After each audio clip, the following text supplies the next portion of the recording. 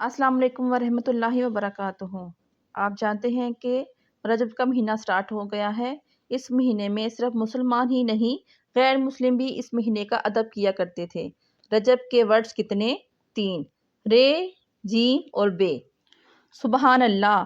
उल्मा कहते हैं इसका मतलब बड़ा खूबसूरत है।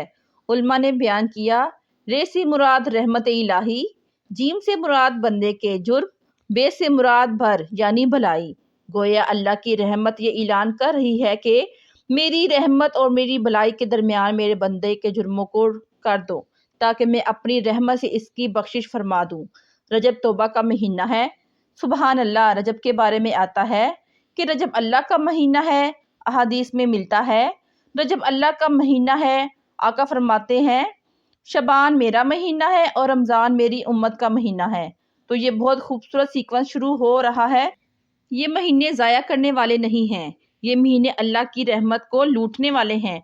और सुबहान अल्लाह, एक बहुत खूबसूरत बात मैं आपको बताऊं कि नबी पाक अलैहिस्सलाम फरमाते हैं 5 रातें ऐसी हैं जिसमें दुआ रद्द नहीं होती। हदीस पाक में फरमाया रजब की पहली रात 15 शबान शब बरात जो होती है, ठीक है। फिर फरमाया जुम्मे रात और जुम्मे के दरमियान की रात। नंबर 4 ईद उल फितर की चांद रात। नंबर 5 ईद उल अजहा की चांद रात। और रजब के रोज़ों की तो क्या बात है। अहादीस में ये फजीलत आती है कि जो रजब में पहले दिन का रोज़ा रखे, पहले रजब का 3 साल के गुनाहों का कफ़ारा है। दूसरे दिन का रोज़ा रखे तो 2 साल के गुनाहों का कफ़ारा है। और तीसरे दिन का रोज़ा रखे तो 1 साल के गुनाहों का कफ़ारा है। फिर पूरा रजब जो है वो हर रोज़ा जो है वो 1 महीने के गुनाहों का कफ़ारा है। अब तो सर्दियों के दिन हैं, वैसे ही हमसे कई लोग लेट लंच करते हैं। 5:15 साढ़े 5 बजे अफ्तार हो जाता है। हो सके तो नफली रोज़े रखें, ये इबादत का महीना है।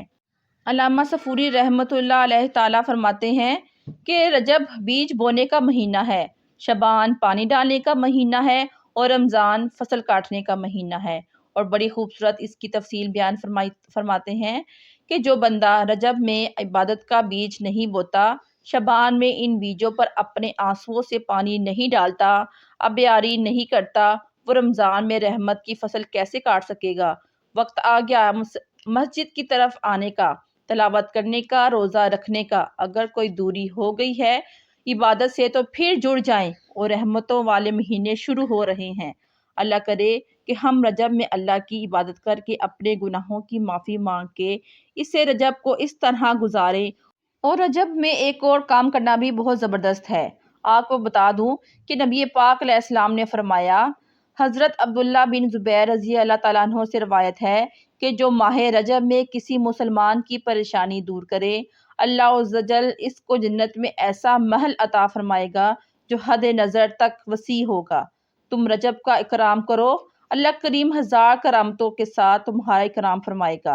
अल्लाह करे कि हमारी कोई नमाज कज़ा ना हो, हम इस महीने नफली रोज़े रखें, इस पे दुरूद पाक की कसरत करें, इस्तग़फ़ार की कसरत करें। अल्लाह का महीना है, खूब अल्लाह की तरफ लो लगाएं कि या अल्लाह तेरा महीना आ गया, बंदा भी मैं तेरा ही हूँ, मेरे मौला तू मेरी मग़फ़िरत फरमा दे। ए अल्लाह हमें इस महीने की बरकतें अता फरमा, आमीन या रब्बल आलमीन।